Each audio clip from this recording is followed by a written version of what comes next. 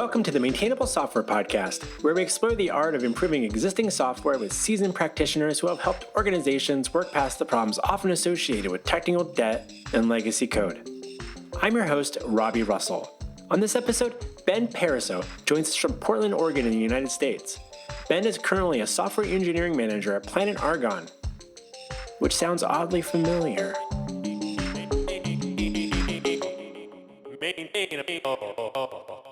Ben Parisot, we're so glad to have you join us on Maintainable. Welcome. Thank you, Robby. It's really nice to be here. So as you reflect on your experience in the industry, what do you believe are a few characteristics of, dare I say, well-maintained software? That's a great question. I think there's a lot of characteristics of well-maintained software. I would say the first thing that I look for that I think represents an app that's going to be well-maintained is really thorough and up-to-date documentation. Have past developers, have past project managers even left a good paper trail of the work that's been done on that. I think that if a team has invested in keeping READMEs and any other ancillary documentation up to date, chances are they are also doing other things like making good test coverage and revisiting stale code and refactoring technical debt and things like that. Using like the READMEs or like documentation as like a way to be like highlight, well, if those things aren't being done, that's probably maybe a safe assumption that the team didn't value there might be other things that we would maybe consider best practices in the general software community that are potentially also not being enough attention to. Do you feel like that's kind of an accurate portrayal of what you were saying? Yeah, absolutely. That's right on the money. I think that, of course, it's very possible for apps to be well maintained and have not the best documentation. But I think if you think about documentation as a part of a well-maintained app, then you're still kind of missing the mark, even if you're doing everything else correct.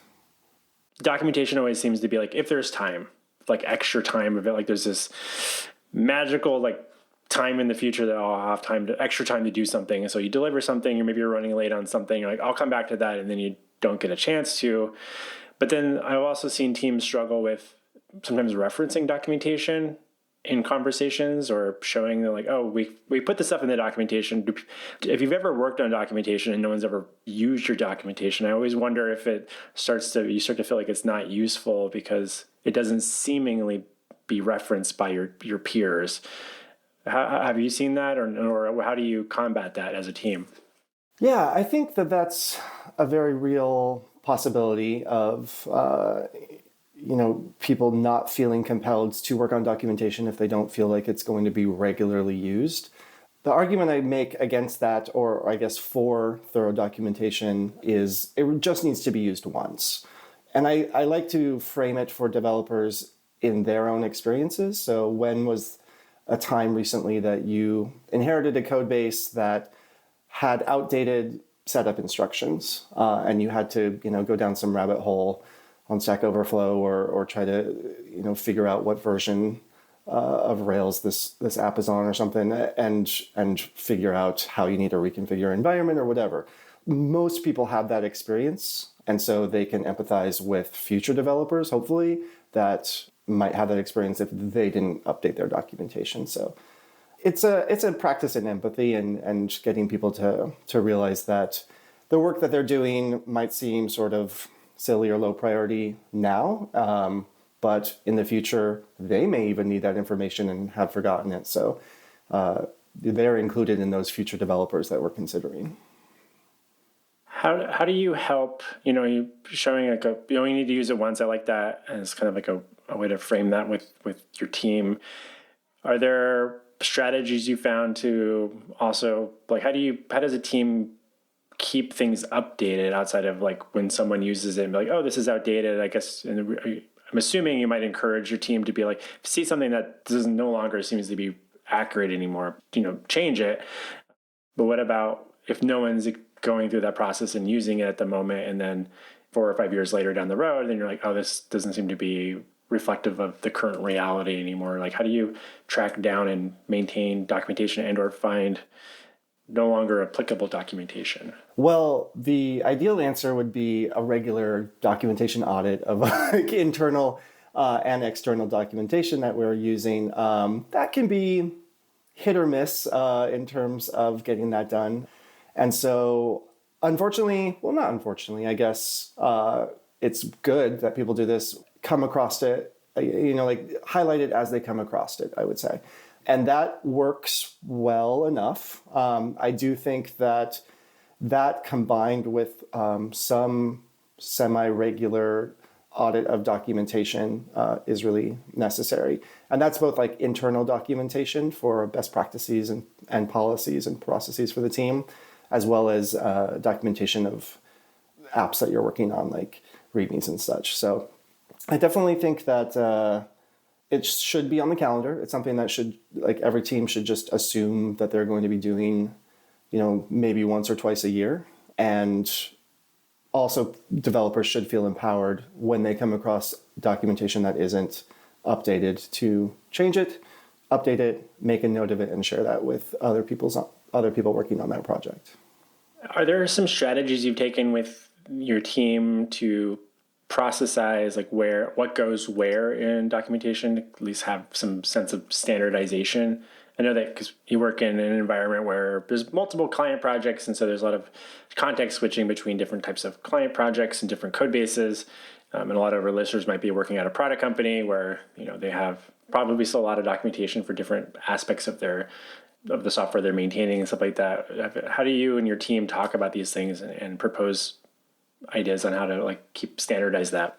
Well, we have a biweekly all hands engineering team meeting, and this is one of the topics that we've been discussing over the past couple of weeks, as well as we have on the calendar to really dive into next month. Generally, the way that we separate documentation categorization, or how we categorize documentation, I guess, is what is like development relevant and necessary for a developer to either get an app up and running, deploy it, know where tests, coverages, or highlight any sort of funkiness in the code, I guess. And then the other category would be like PM or product related documentation. So anything that is in that first category that is development related, we decide we really think needs to go in the README. And the great thing about READMEs is you can have more than one. You could have a general README for the overall app. You can have, if you have a modular component-based type of application, you can have different READMEs that are specific to how those modules work. And you can also have different READMEs for different things such as deployment or setup, and then link to those things from your main README. And then project management or product management documentation, that can be anywhere. At Planet Argon, obviously we are an agency, so we're client-based, and a lot of the projects that we inherit have some sort of documentation or project management system in place already. So we don't want to reinvent the wheel for clients in that regard too much. So we try to adopt whatever they're using and make it as efficient and clear as possible. But generally, there's some sort of wiki and some sort of task management tool, whether that is Jira, Asana, Trello, that sort of thing. So any conversations around how the app needs to, or how the product is going to be developed, and the scheduling and organization of that work would happen in whatever wiki or project management tool we're using. And then anything that is sort of how the app works that developers need to know would be within the code base, and ideally a README. Nice.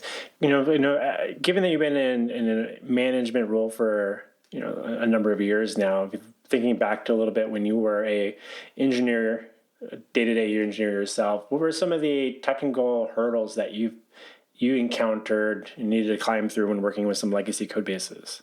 Sure. I would say the biggest hurdle that I ever worked with working on an older code base was just an obvious architectural sprawl of the base that had happened after the touching of multiple developers over time on a single application. a couple of different projects that I've worked on. One in particular I can think of was this huge repo that had so many different components and different concerns that weren't clearly documented.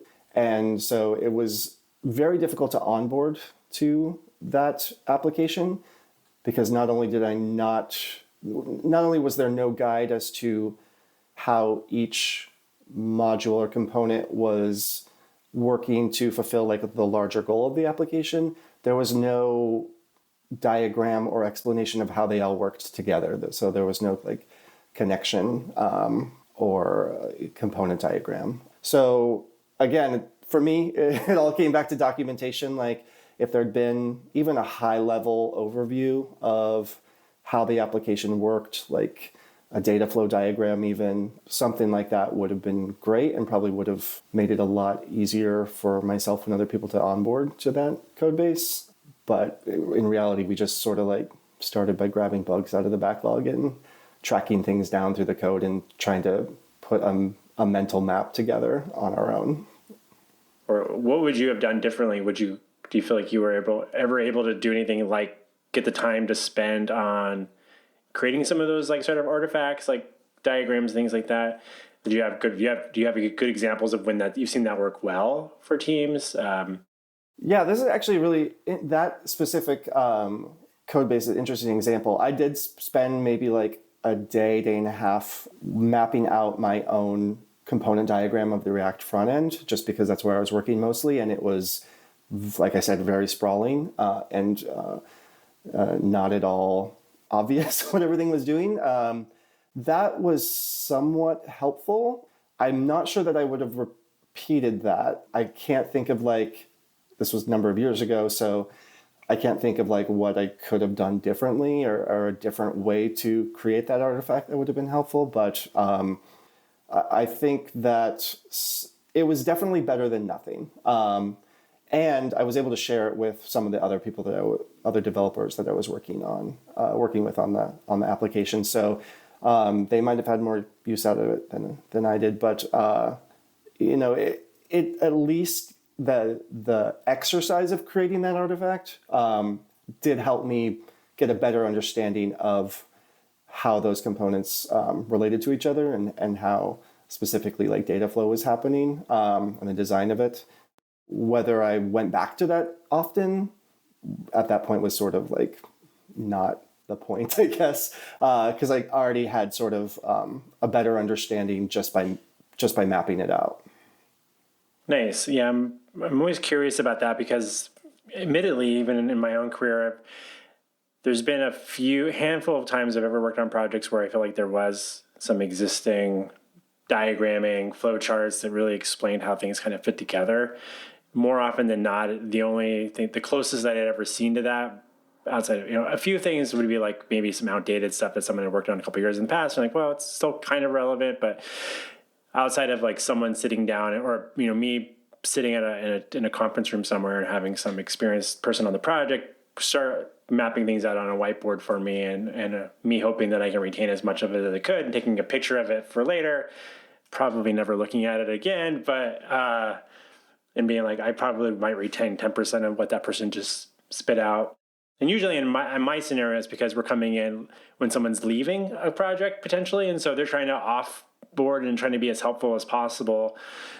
And some of those times I wish we'd just like hit a record on a video of them whiteboarding it. And maybe we can watch this again later and like, what the hell are they talking about?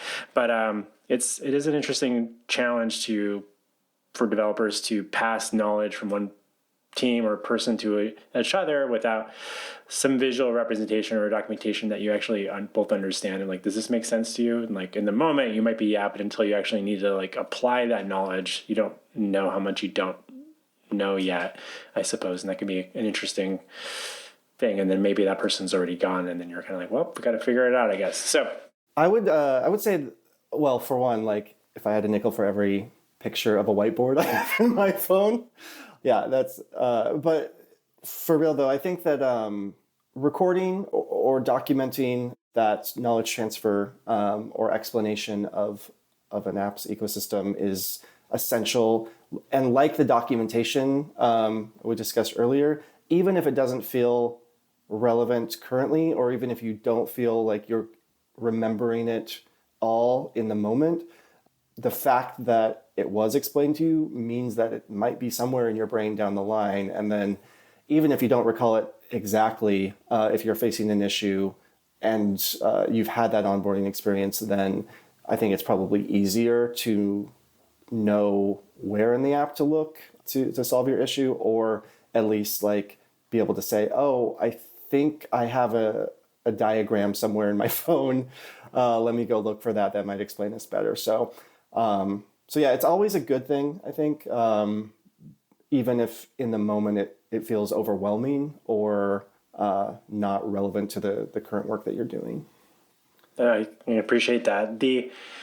So for the audience, if you didn't pick it up from earlier during the intro, so Ben and I work together. So this is just going to let that cat out of the bag. So I'm actually curious around, like being open and assuming, Ben, that you'd be open to this as well. It's like there was a couple like topics that I was like, rather than just being more QA and make more of like a discussion around like challenges that we may or may not be encountering at the company, and we may not land anywhere specifically. So as an experiment, one of the things I was thinking about, something that sparked up when you were talking about like thinking about mental models and documentation and READMEs.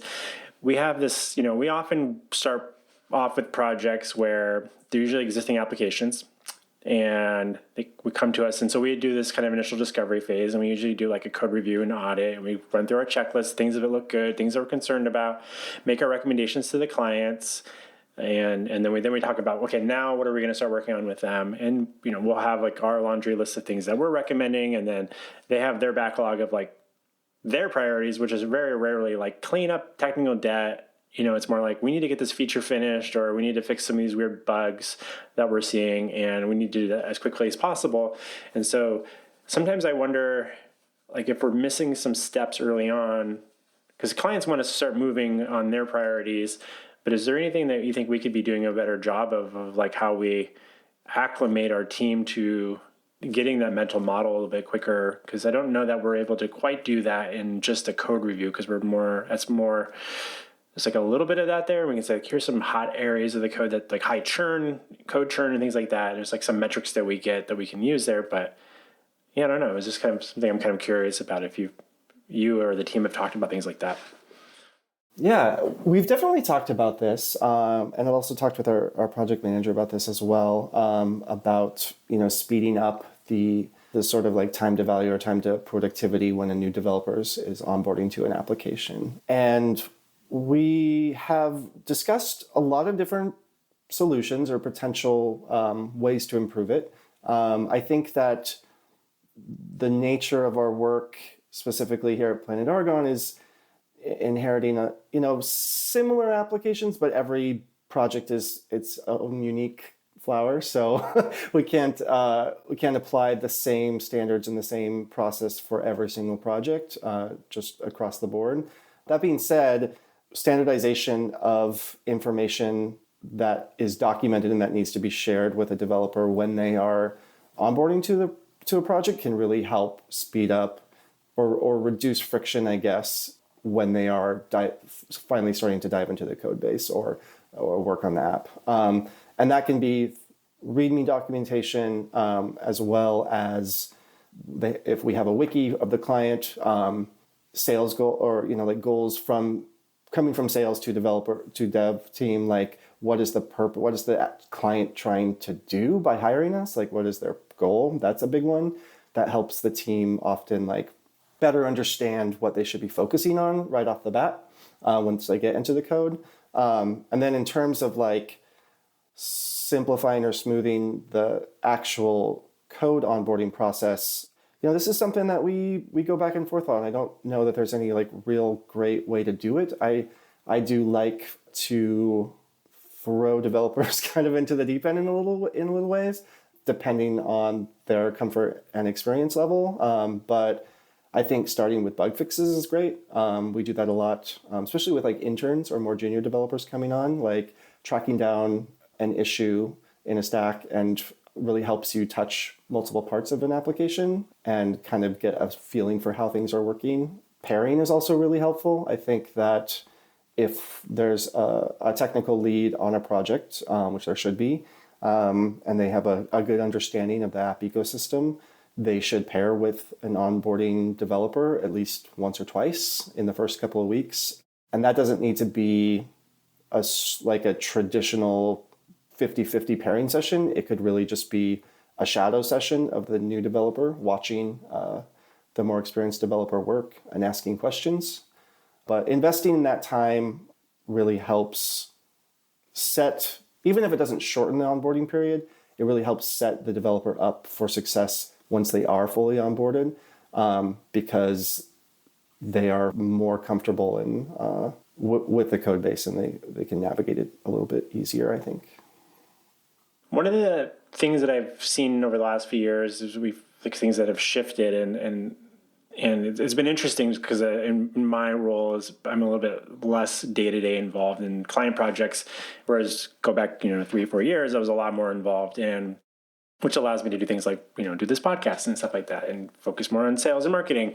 But it's this interesting thing where I was curious about how often developers nowadays on our team are directly interacting with clients at different stages of like a request. So I think historically, we've always kind of like, we had historically always taken an angle of like, let's not funnel requirements through like a project manager or because then sometimes if we had really experienced developers are like, well, that person like didn't capture a few details. And if I had spoken to the developer or the client myself, I could have gathered those things. And that's kind of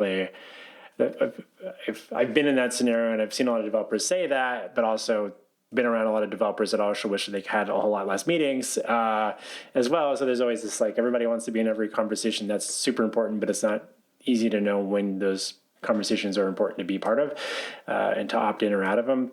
And then one of the things that I've seen transition is that I think the developers do directly work with their clients through like tickets and things like that. But I think we've shifted a lot with, at least in the last year or so, with how ticket requirements are organized before the developers get them. What sort of things do you think we've been able to do differently, and what do you think is some of the trade-offs that we've been making there? Well, this is actually an area that I think we've made a lot of improvements on as a team.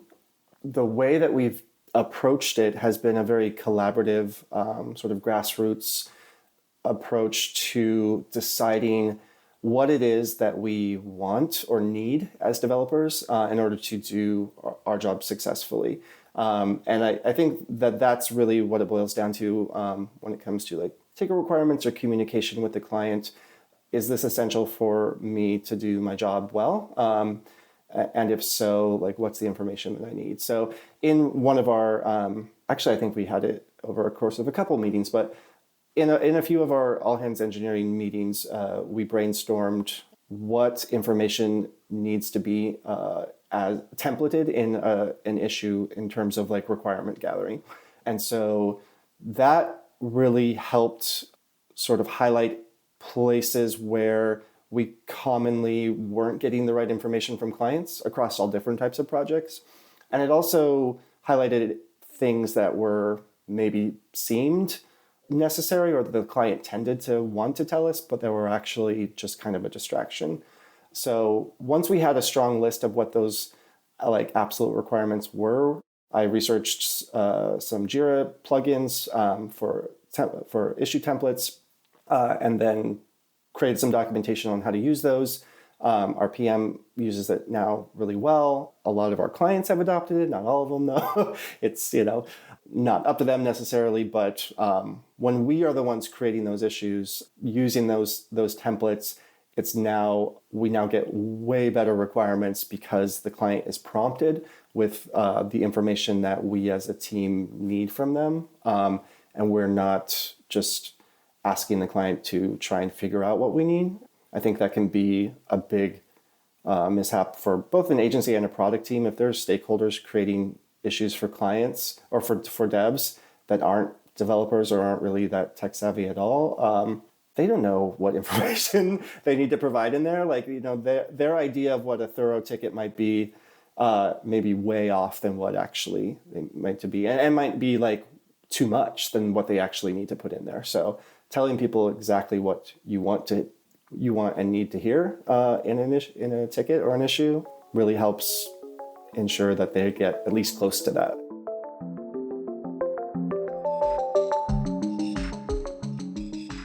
Hi there. Do you know someone who might be looking for assistance with their Ruby on Rails application? Planet Argon would love to meet them. We're offering a $1,000 referral bonus. Send someone our way, and if they sign up for services with Planet Argon, we'll give them a $1,000 discount. And in return, you'll get a check for $1,000 in the mail, just for knowing the right person. Hop on over to planetargon.com/referrals for more information and to refer someone our way. That's planetargon.com/referrals. Thanks.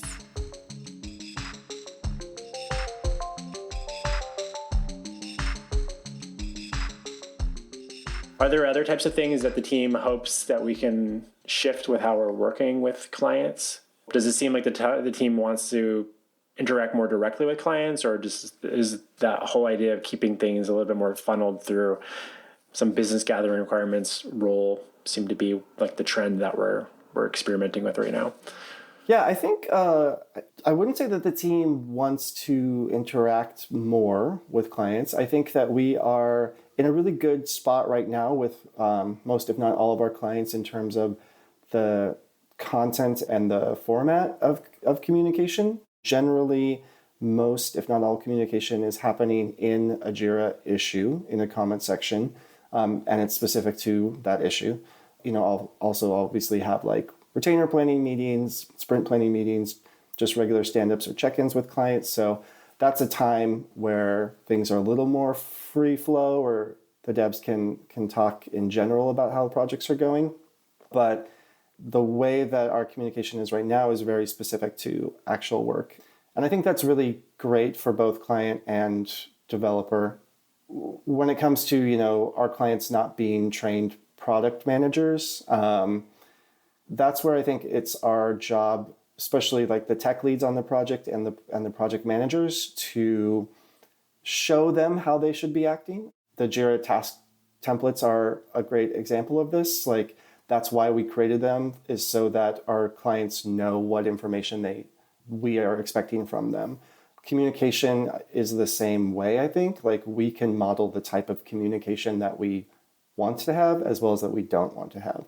If a client is DMing one of our developers on a project at all hours of the day and night, or just with questions that maybe should be going to the project manager, if the developer is responding to that, which I think a lot of people feel like they should, but is engaging with that and answering those questions in those DMs, that's reinforcing that behavior that we don't want. We actually talked about this in all hands meeting, I think 2 weeks ago, actually, where what type of communication do we want with clients, and where do we need to draw some lines? And really the ultimate thing that we came up with was, Slack channels, project Slack channels, and Jira comments are it. That's like the best place. Anything outside of that, if it's an emergency or something, that can be case by case. But if a client is emailing directly regularly, or sending a DM on Slack regularly, it's then the developer's job to take that communication and move it to the correct channel. So you don't have to ignore a client when they when they DM you in Slack. That's a bad idea, actually. But what you can say is, oh, this is a great question. I'm moving this to the main Slack channel, the main project channel, so that for visibility to the PM and other devs who might also have better answers than me. Or you can say, oh, that's a great question. This is specific to this ticket that I'm working on. Let's move the conversation there. And you just nudge people, like the ticket templates. You're sort of giving them the option to communicate and work in the way that is going to benefit you the most. And also it ends up being great for them as well. Yeah, that's good. And because I haven't been, as I was saying earlier, I haven't been as actively involved in client projects the last few years. And so, occasionally like clients would ping me over like a DM in Slack or something like that. And It's just how important it is to be like, we need to have this happen, in a more of a public space, a searchable space. And then even like when, if a developer asks me about something and this will happen from time to time, even now, it's like, if there's a conversation and a developer's like, well, maybe they don't feel like they want to ask the question in the Slack channel for whatever reason. I don't want to make any assumptions for why they felt like maybe it would be better to just do a DM. But sometimes if it's like a question and I'm giving a quick answer, I'm like, can you re-ask? So I'll often be like, can you re-ask this question in the channel so that we can search for the answer later? Because this will probably pop up again at some point. It might be helpful for someone else because it might be speaking to a lack of documentation, in the wiki or whatever, or README. So I think that can be a good thing. And I'm imagining that we're not the only people that are experiencing that. So if you're listening and you're having a lot of DM conversations, that might be really helpful for someone else to one day search for, that none of that is searchable except for you and the person that had that conversation. And that's not helpful to your future teammates. I would say, actually, Robby, even to your point of like asking them if they can move the conversation or asking it in a more searchable channel, that's actually even an opportunity for yourself or whoever the developer is who's getting that DM to put on their client services hat and be like, I will move this and be more proactive about it and be like, and then go to that channel and be like, hey, client XY and I are having this discussion about this topic. Putting it here for visibility and searching sake. Also, does anyone have any thoughts on this? And then I think that way it takes the onus off of the client on repeating that conversation and shows that you think that this is a big enough topic to have more people involved in the conversation. It just kind of like lets the client a little bit off the hook. It's an interesting distinction there because I'm actually thinking back to a recent example where I asked someone,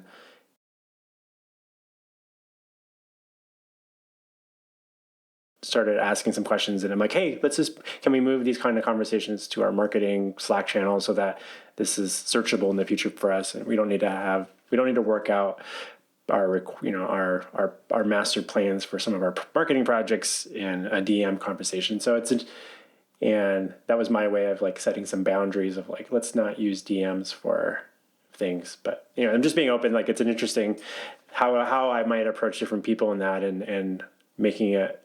And also, if the question wasn't maybe appropriate for a team-wide Slack channel, then I definitely want to be mindful about not asking them to just go like, hey, you did it the wrong way, type of thing. So it's an interesting kind of balance there of trying to figure out how do I establish good habits with new employees early on, and like, this is the way we do things. And I haven't looked at the stats in a while, for example, in Slack, but I remember feeling like I might still get these reports from Slack, but they used to show like, what were the percentages of conversations that were in channels versus DMs? Like, I don't know what the conversations were, but like, is like X percentage of all conversations happening over DM. And it's like, oh, is that a good thing or a bad thing? I'm like, I don't know what to compare it to necessarily, but like Jira allows us to have private comments that are for us only.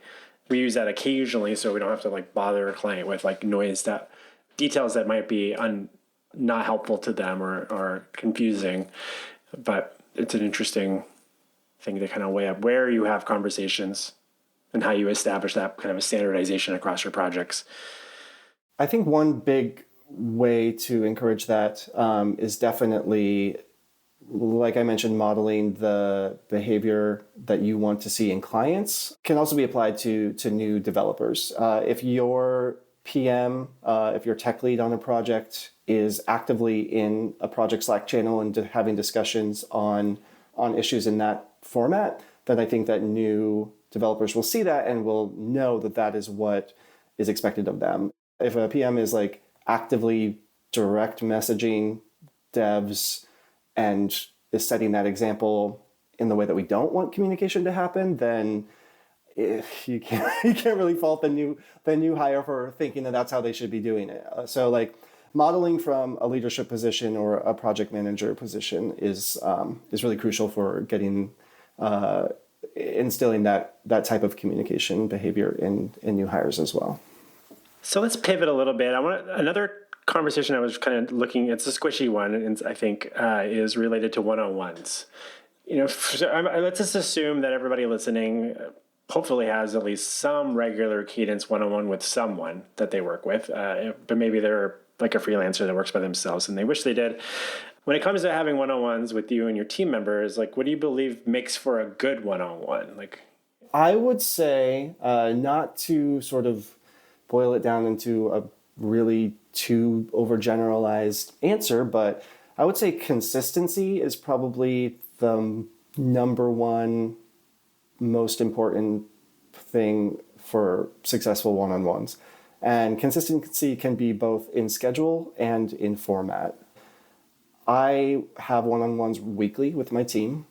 Used to have it bi-weekly, and after conversations with people and some scenarios where they wanted to talk about it and our next one-on-one was 2 weeks out and it kind of felt stale, or they had to ping me for like a one-off one-on-one, we decided that weekly was a good cadence.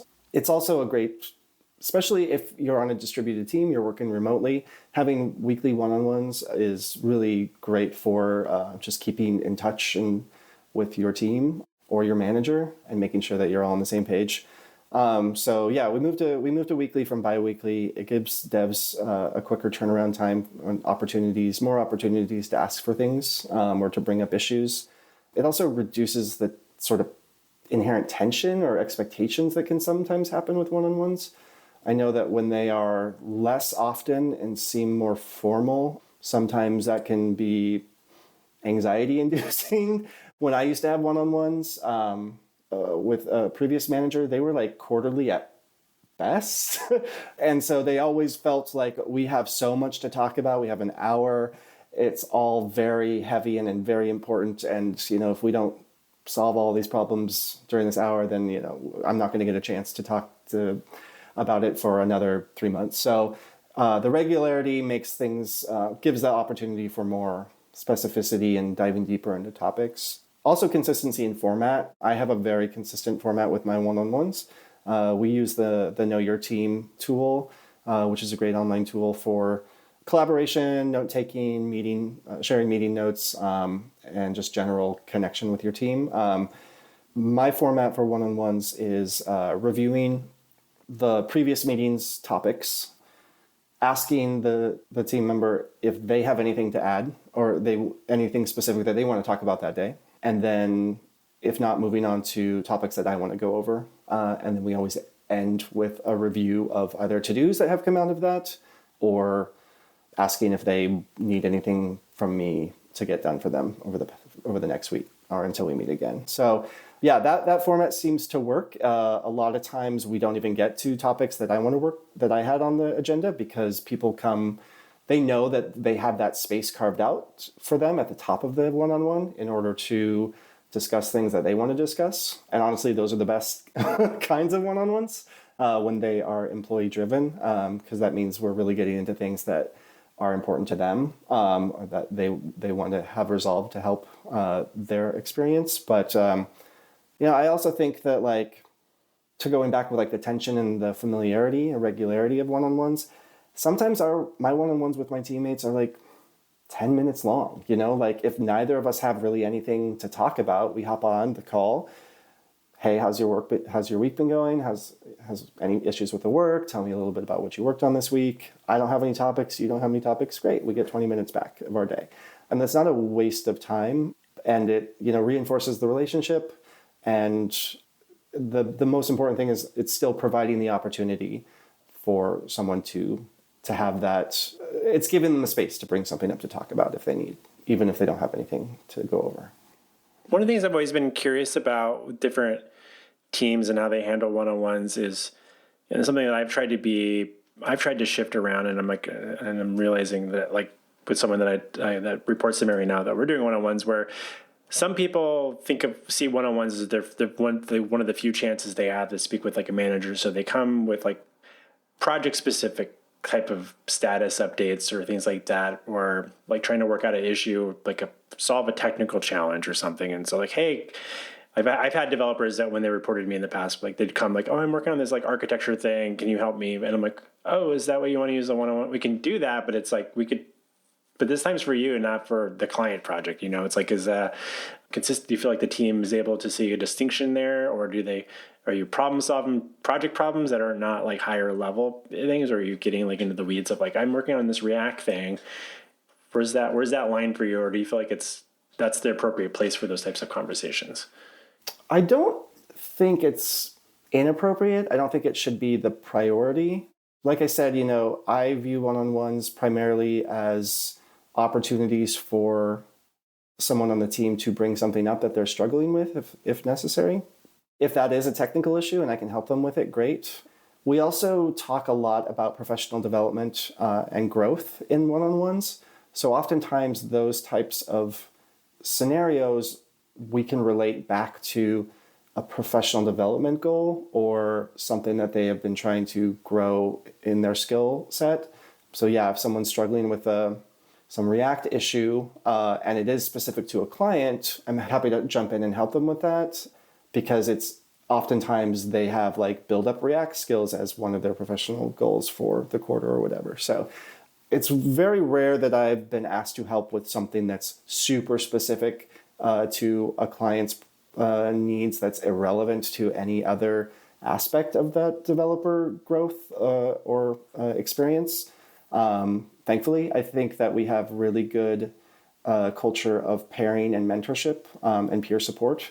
So the team is really empowered to hit up their other teammates to dive into project-specific ones, project-specific issues. And then I think that frees up the time that I have with them for more process, company, career growth, professional development type of topics.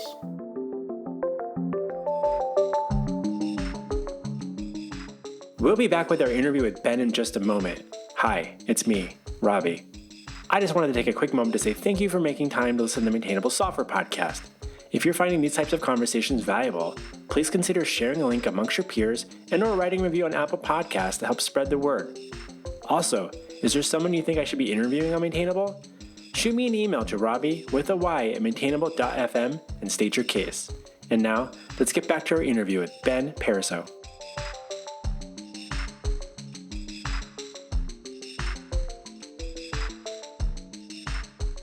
All right, Ben, so let's say there's some people listening and they have one-on-ones with their managers coming up. They might not feel like they're super valuable. And some of that might be due to maybe just like the management style of the person they work for. Because I see it as like it's a shared relationship. They're only going to be as good as they are because both people showing up need to be, ready and present to be there. Do you have any advice for developers on how they can get the most out of a one-on-one, or how they could help shift to have a more structured, consistent type of format for their one-on-ones versus maybe they just show up and like, how are things going? It's probably, I've been told, at least by reading the documentation and the tutorials, the literature that like even like know your team that you mentioned references, like that's like one of the worst questions you could probably start off. Like, it's like, how are things going? Is such a vague way to kind of dig into things. Yeah. It's interesting. I haven't seen that documentation. I do use that as an icebreaker in a lot of my, but it's generally, and like I said, we meet regularly, so it's more of like, oh, hey, how's it going? And it's more of like, how are you doing right now in this moment versus like, tell me about the past 3 weeks of work that you've done. But yeah, I think managing up in terms of one-on-one formats can be tough for an engineer, just because, especially if their manager isn't good at one-on-ones or doesn't have like a structure or format in place, it can feel intimidating to try and suggest them, because you might feel like, oh, I'm telling my boss how to do their job, which a lot of people probably don't feel very comfortable doing. In those situations, I, again, would go back to behavior modeling. So if you do have like a way that you think that one-on-ones could improve or that you would like them to go, try adopting that, influencing the conversation, directing the conversation towards that model on your own without explicitly saying, hey, boss, I don't like how you're running these, please run them this way. And a couple ways that you can do this is to bring your own topics and questions to one-on-ones. Often, like I said, engineering managers will love to talk about what their developer wants to talk about all one-on-one long. Even if they do have other stuff they want to talk about, your issue should take priority most of the time. I would say that another way that you can structure, or you can sort of influence the structure or the quality of your one-on-ones, is to identify what you are hoping to get out of them. A lot of the time this has to do with like career growth or transparency around your role and advancement. So being really upfront with your manager around that, I think is important and can really show that not only are you moving towards something bigger and want to add more value to the company, but also like you're providing an example of how you would like to talk about that with your manager. That's great advice there. I remember several years ago when my one-on-ones with people would be a little bit more loose. I needed to like learn and get better at these things. And I remember one employee started sending me over, like it was an email, and maybe it became like a Google Doc that they kept updating. And like, here's the things that they wanted to talk about. And I'd be like, at first I was like, oh no, like they're trying to give me a heads up that they want to get into really like some like challenging areas, or there were, and so I kind of just assumed that they were super dissatisfied. And what I actually learned was that they felt comfortable enough to like let me know that they wanted to talk about these and dig into these topics with me. And I was like, oh, I don't have to be afraid of like knowing what they want to talk about before we get to talk about it, because also trying to like, I realized what they were doing is they're able to get it out of like floating around their head, being like, I need to talk to somebody. I need to talk to Robby about this, and be like, I put it on the list. I know that there's a designated time to talk with Robby about it. There's probably people listening right now that you mentioned, like whether or not their managers are good managers or have a lot of experience being managers. They might be people that they've been working with for many years that got promoted into a management position because they were, I'm kind of air quoting, one of the more senior or most experienced devs on the team, and the company like trusts them. So like, why don't you manage the team now? But they didn't really necessarily build up all those skills of being a good manager. So they're kind of learning on the job. And so that's like a tricky thing. And some people might have never had an experience of working with a manager that has like some of those really good management skills. It's a different skill set than being really good as a software developer. So being a developer that became a manager myself, I know that you did as well. I think you have a much more empathetic approach to this. And that was one of the reasons we hired you. Just thinking through this is like, what about for those people that might be struggling with that sort of scenario where they're like, I don't really feel like I'm getting the support I need, but they're afraid like, well, that's just the most experienced person on the team that's now my manager.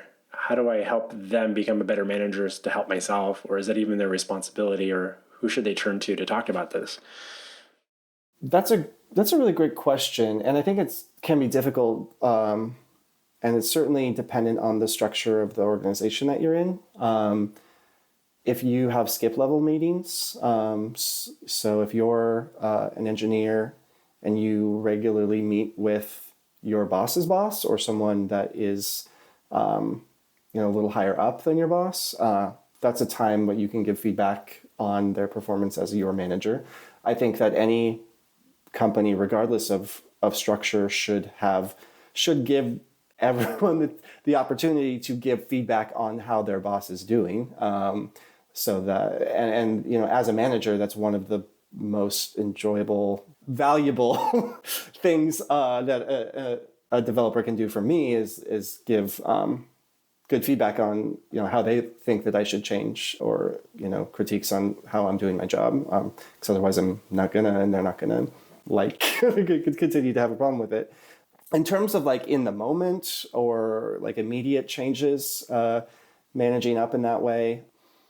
Yeah, I don't know. I think that I keep coming back to like structure and standardization. Like there are really good resources out there for how to run an effective one-on-one or an effective meeting in general. They might seem very impersonal, but they are providing a context and a framework to work off of. And I think if someone is inherently not naturally good at those types of meetings, using a framework or an outline, even agenda, can help them get over that, right? You don't need to be the most charismatic, talkative, and even empathetic person to have a good one-on-one if you know like what your goals are out of the meeting and you have them written down and you can follow that structure through the meeting.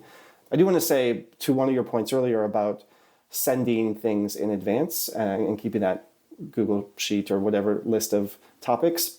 Absolutely, like preparing topics beforehand and letting the other person know what you are expecting to talk about is really important. So in the Know Your Team tool, we have a collaborative note space, and anytime one person updates it, it emails the other person, hey, this person has added topics or has changed the agenda in some way. And that can be set up for probably any tool that you're collaborating on.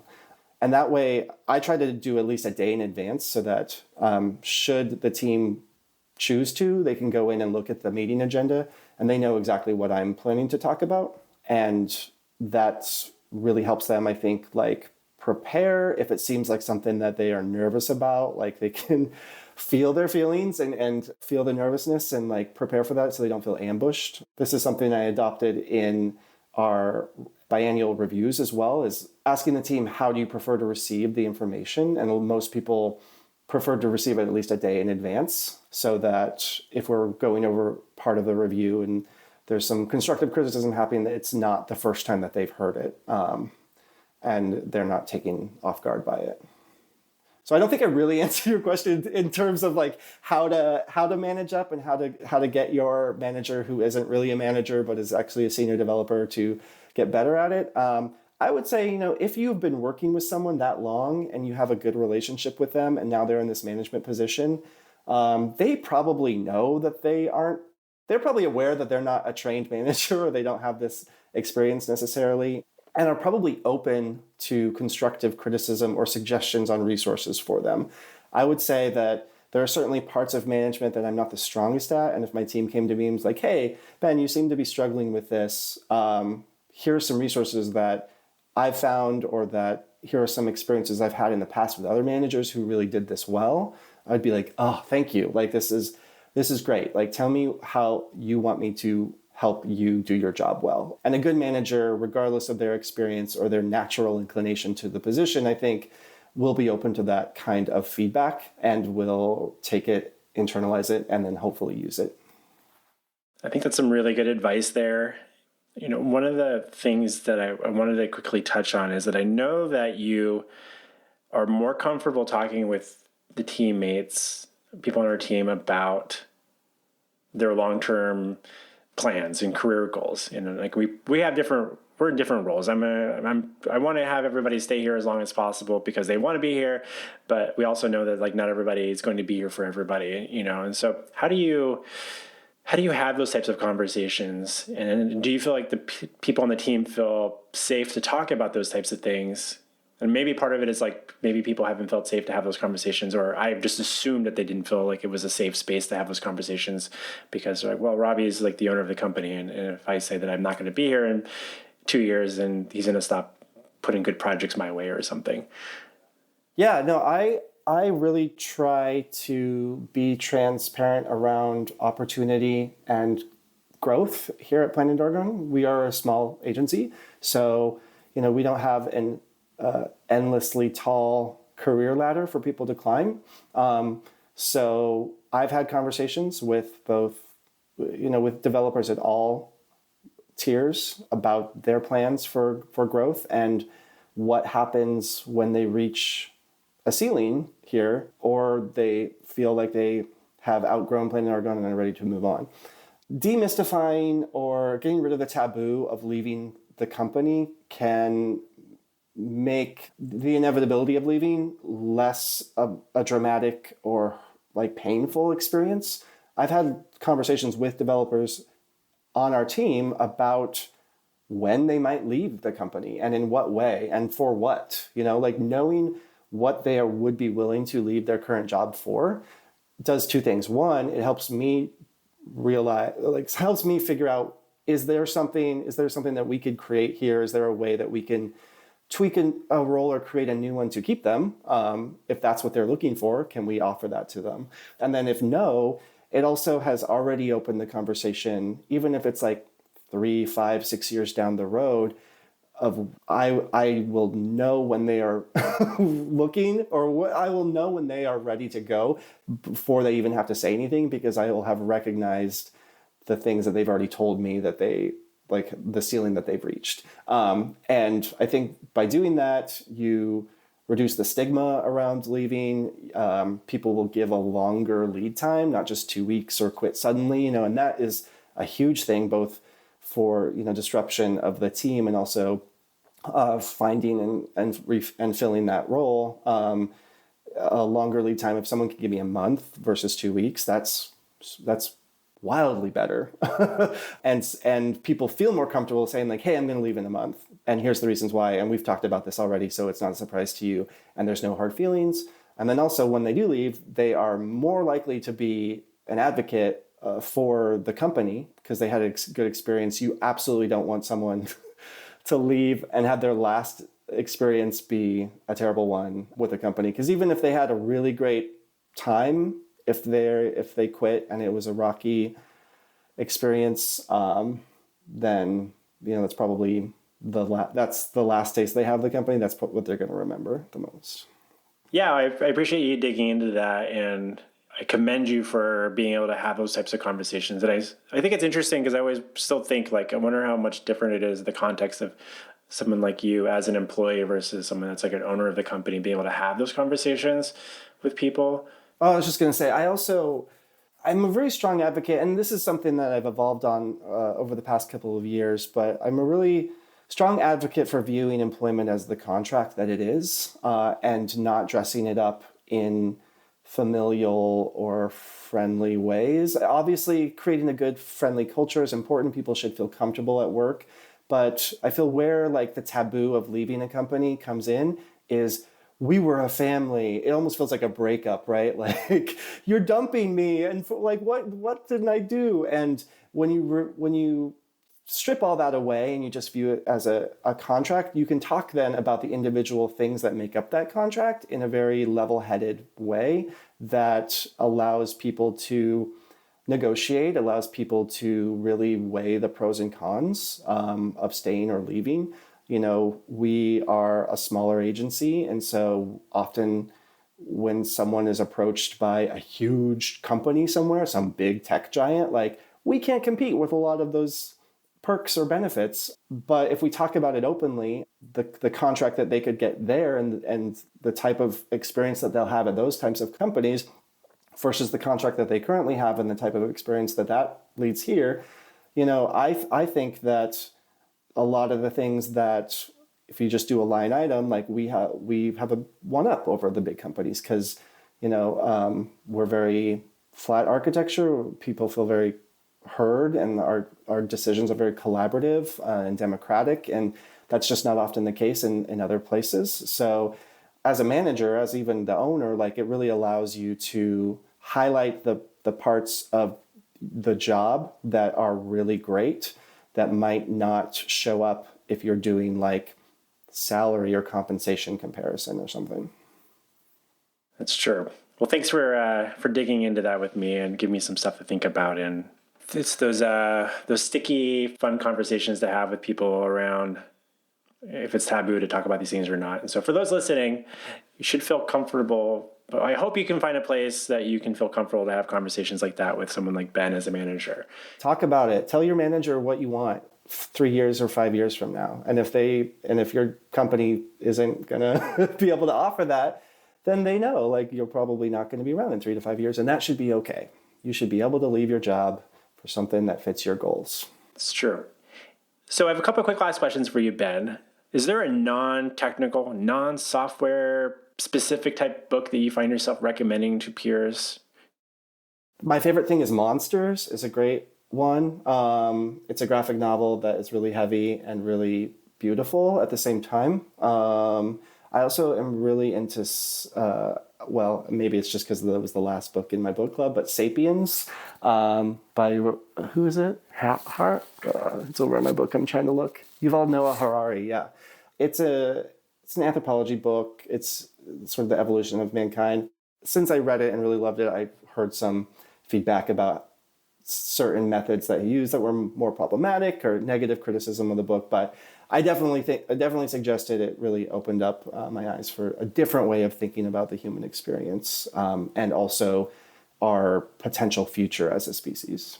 That's one of the books I purchased and then have not picked up and actually started reading it, but intended to. So thanks for the reminder that I should start reading that. Definitely include links to both of those, Monsters and To Sapiens, in the show notes for our listeners. And where can listeners best follow your thoughts and ruminations on software engineering and management? Sure. I am almost exclusively on LinkedIn. So you can search for me, Ben Parisot. I'm based in Portland, Oregon. And yeah, unfortunately not a Twitter guy. So if you don't like LinkedIn, you're not on there, sorry.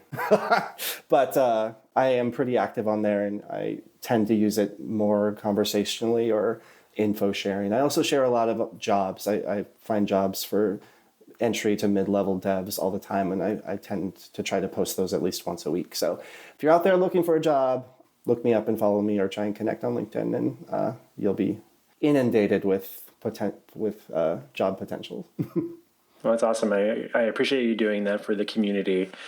It's been such a delight having you join us today on Maintainable, Ben. Thank you so much for stopping by to talk shop. Yeah, thanks, Robby. I really enjoyed it.